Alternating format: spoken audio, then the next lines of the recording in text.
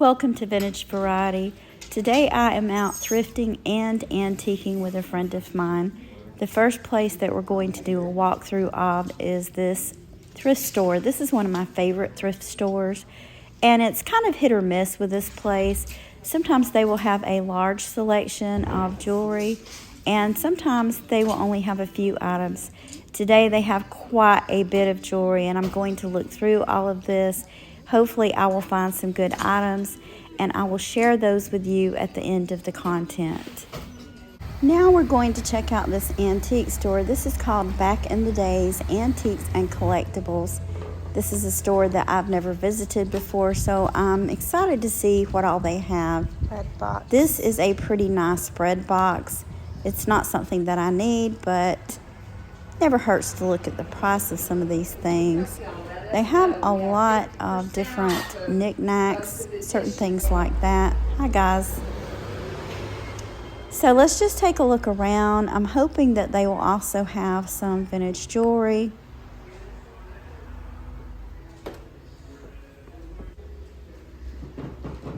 Quite a few items in here, and like many of the local antique stores, they have a lot of handmade and gift items mixed in with some vintage and some antique. I do see some jewelry, so we're going to look this over. I don't really see anything there that interests me. Kind of your average run-of-the-mill items, not very good quality.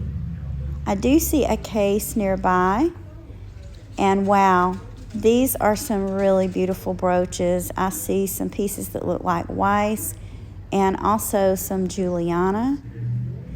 It is definitely out of my budget, but they're beautiful pieces of jewelry. Here we have some more costume pieces.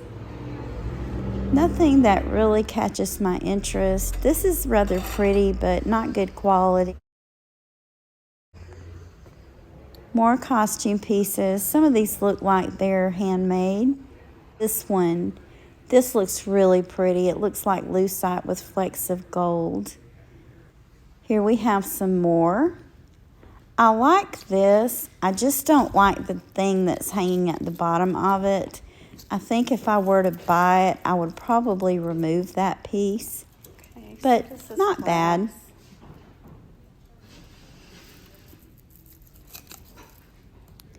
This isn't too bad either. This is a piece that I may consider purchasing. And here we have some more jewelry. Some of this, again, looks like pieces that are handmade. A few vintage pieces mixed in. Okay, so I see something that I really like here. Going to get a better look at this. It looks like it was knocked off or something. So I'm definitely going to get the white necklace. I also see another necklace I like right here. A lot of vintage toys. Some of these look like they're very old, and some of them are probably from around the time when my kids were little.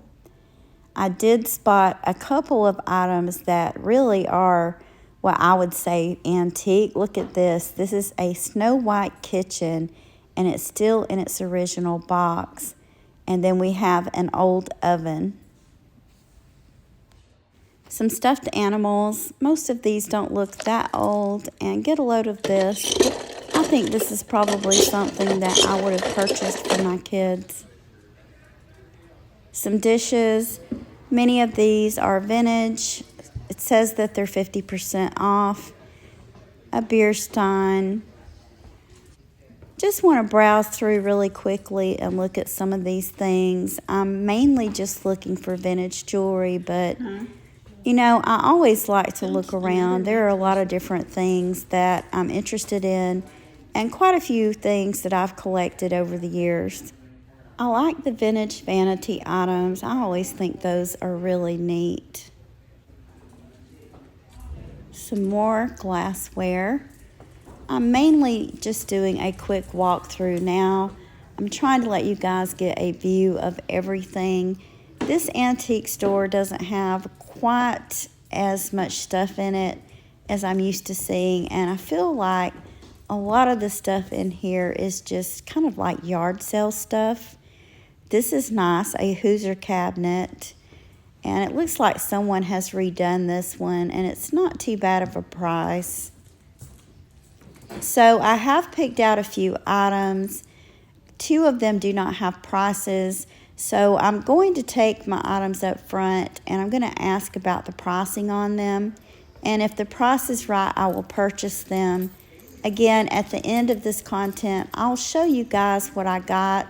I'll tell you a little bit about each item, why I chose it, and which place it came from, either the thrift store or this antique store. Not a bad day thrifting and antiquing. I did find quite a few items. The majority of the items that I ended up purchasing came from my favorite thrift store, and I'm going to start with those items. This is the first item that I picked up. These are just silver tone. I love the hammered look of these. I really liked these. I think that these would look good with just about anything. Another item that I picked up was this cute little bunny rabbit pin. He has a mother of pearl face, and there's some enameling. You can see where the enameling on his shirt front or jacket front, and some of the enameling on his hat is chipping. He looks quite old to me. I don't see any markings on him. And my friend pointed him out to me, and I thought he was just adorable. So I decided to pick him up to add to my collection. I don't have a ton of figural jewelry, but I think that this is one that I will probably keep. The next item I picked up was this vintage necklace. There are a few stones missing, but regardless of that, I feel like this is just absolutely fabulous. I love the design on it. And I will set about trying to replace some of these stones if I can find the correct sizes for it. And this is a coral. I'm going to show you the markings on it. Zoom in so you can see that. There's the coral marking. So this is how this looks on the form. Other than missing a few stones here and there, which is to me not that noticeable, this necklace is in excellent condition. Another necklace that I picked up was this beautiful gold tone necklace, and I really liked the design of this. It's in excellent condition. It is not quite as vintage as the coral necklace, but I thought this would be a beautiful necklace to wear by itself, but also for layering with other necklaces. This is a necklace pendant. It's a beautiful silver tone pendant. I did test it, and it is not sterling, but it's in excellent condition. I decided to get this because I thought perhaps it was a vintage perfume pendant. It looks like one. It was in a baggie, so I was unable to really see if the top came off. It does not. Either way, I thought this was really cool. I think this would look beautiful on a torque or even just a simple sterling chain. This is one that I really like, but I'm not sure if I will keep it in my collection. I am almost to 4,000 subscribers, and when I hit 4,000, I will be doing another sale. So this is an item that I may very well put in that sale. Another brooch that I picked up, and I believe this is Russian. I do have quite a few of the lacquered Russian brooches that are made out of wood. This is not wood. This is hand painted. You can see that there's some wear on it. And it is painted in that style that a lot of the wood Russian brooches come in. I'm going to flip it over so you can see the back. And there is the signature I, Nicole. Now, this may or may not be a Russian brooch, but I thought this was absolutely beautiful. Let me know in the comments if you think that this is a Russian brooch or maybe it's just an artisan piece. This rhinestone brooch, the only thing I can say is this is just simply fabulous. I love the design of it. I was surprised that this isn't signed. Is this not beautiful? This brooch is probably a good 3.5 to 4 inches long. Another vintage brooch that I picked up at this thrift store. This one is also done in a gold tone. It is vintage and it looks very quality. It has some good weight to it. I felt like this was a good price and I really liked the design of this. This one's probably about 2 or a little over 2 inches long. When you're wearing something like this, you don't really even need to wear a necklace. You can make a big statement just by putting this on the front of a blouse. Also picked up this beautiful vintage bracelet. When I spotted this, I thought this was a Goldette. Goldette made a lot of slide bracelets that looked like this. However, this is not a slide bracelet, and this bracelet is by Art. There's the marking on it. This is really pretty. I love the design of it. You can see that there's a few tiny pearls missing over here. I'm probably going to replace those, but for the most part, this is in very good condition, and I love the little insects on it, the little bees. I also picked up this pair of earrings. These are small button earrings, and when I spotted them, I thought, you know what, those look vintage. The other thought that went through my mind was they looked like they were gold. And it turns out that these earrings are 10 karat gold. I did test them. There's no marking on the back, and the backs that are on these are not the original earring backs, but the post on these and the earrings themselves, they are 10 karat gold. This is more of a modern statement necklace, but get a load of this, guys. This is absolutely beautiful. It is not signed. It has a lobster claw closure on it. But this is gorgeous. And the great thing about this is it came with matching earrings. I thought this was absolutely beautiful. It looks very glamorous. And this is the last item from that thrift store. This is a beautiful brooch. It looks like a padlock and a key with lots of rhinestones set into it. This is also unsigned.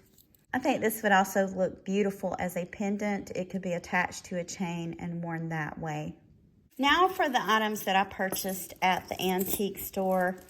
There were a total of 4 items that I had picked out, and if you guys will recall, I mentioned that 2 of them did not have a price tag on them. There was the necklace that matched this bracelet. It did not have a price tag.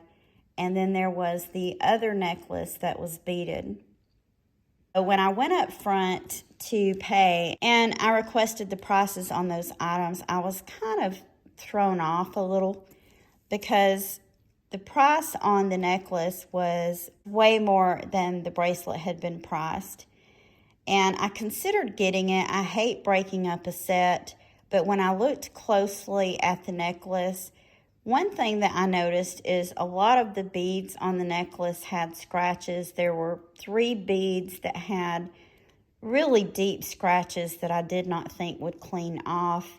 And then when I started looking closer where the clasp on the necklace was, I noticed that there was quite a bit of verdigris.